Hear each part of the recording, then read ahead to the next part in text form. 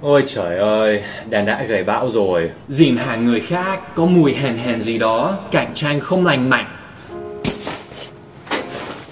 Ok, video này mình sẽ nói tiếng Anh tại vì mình chưa có thời gian để viết kịch bản, chưa có thời gian để tập nói.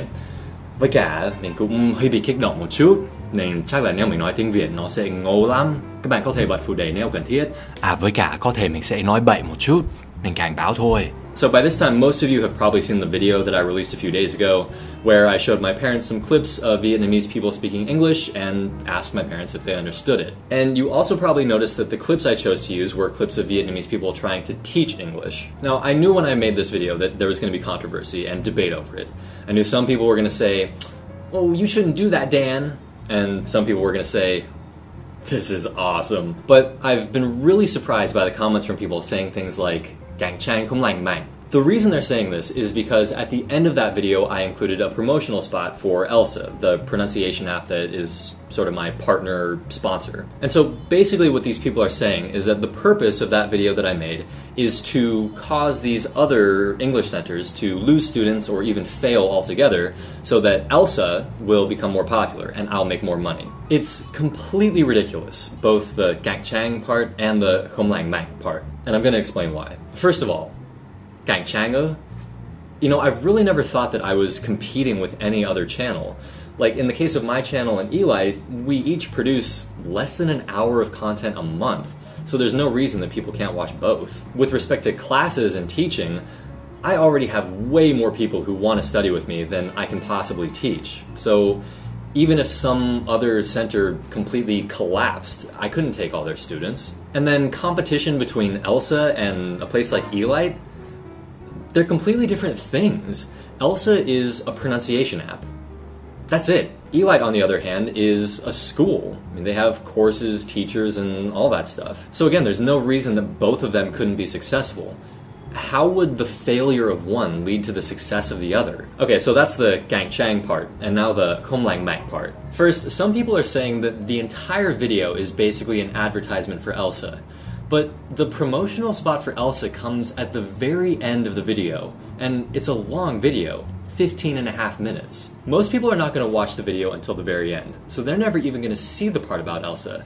So if the whole video is just an advertisement for Elsa, it's not a very effective one. I mean, have you ever been watching TV and seen a 15.5 minute commercial come on, and then the product that they're advertising doesn't even get mentioned until minute number 14? And then as far as the main content of the video goes, I agree that it would have been dirty if I had, like, just made shit up. Did you know that the teachers at eLight eat babies? And I also think it would have been a bit unfair if I had gone through and just nitpicked every little pronunciation mistake. Like, take this clip for example. I love my mom most because she's always takes care of me. Now, she does make a mistake in that. She says she's always instead of she always. She adds a little s sound in there. And also her intonation and rhythm are pretty unnatural and strange. But I didn't focus on that in my video. I just asked my parents if they understood. And in that case, they did. And in some other cases, they didn't. I think that asking a native speaker if they understand someone's pronunciation is a pretty basic and fair test. And if you fail that test, it doesn't mean you're stupid, it doesn't mean that you've failed at learning English, but it does mean that you've got a problem, especially if you're an English teacher. And that leads me to my final point, which is just the general accusation that the main reason I made that video was to make money, and specifically to make money at the expense of others. Fuck no. Now, I will make money from that video. I've monetized it on YouTube, I have my supporters on Patreon. Thank you guys for your support. And I'll also make some money from the Elsa promotion. But even if I had none of those things, no YouTube ads, no Patreon, no Elsa promotion, even if I couldn't make a cent from that video, I would still do it. Because, one, I think it's important for you guys to hear the message that there are times where you'll think your English is good and natives won't understand it. And secondly, I would have still made it because I think that those other teachers and centers like eLight, they need to take responsibility for their mistakes and try to fix them. Teachers are in a very special position where we can potentially do a lot of benefit for our students, or we can potentially do a lot of harm. So for me, making that video had nothing to do with money. it has to do with professional responsibility. I mean, you can't just call yourself an English teacher without being very careful about what you teach. And now there are a couple of extraneous points that I want to make. The first one is that not all of the people who I included in that video are at the same level of incorrect pronunciation. Miss Hua, for example, her pronunciation is kind of weird sometimes, but overall, it's not really that bad. This woman, I think her name is Tuyet. Her pronunciation is actually quite good. I included the mistake that she made with the word graduate because, well, I thought that it really did illustrate an important point of high-level students not being careful enough with long, difficult words. This girl, the one who talked about she and her husband going out to die, I don't know what her name is, but her pronunciation is pretty good as well. Something else, I hope you didn't draw the conclusion from my previous video that you should never study with a Vietnamese English teacher.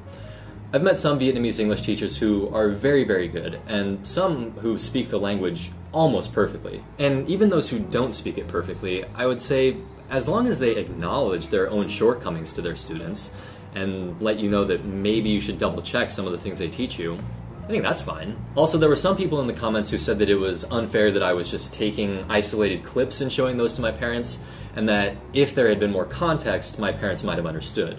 Yeah, maybe. There might have been some cases where that would have happened, but take this clip for example. I hope all your birthday dreams and wishes come true.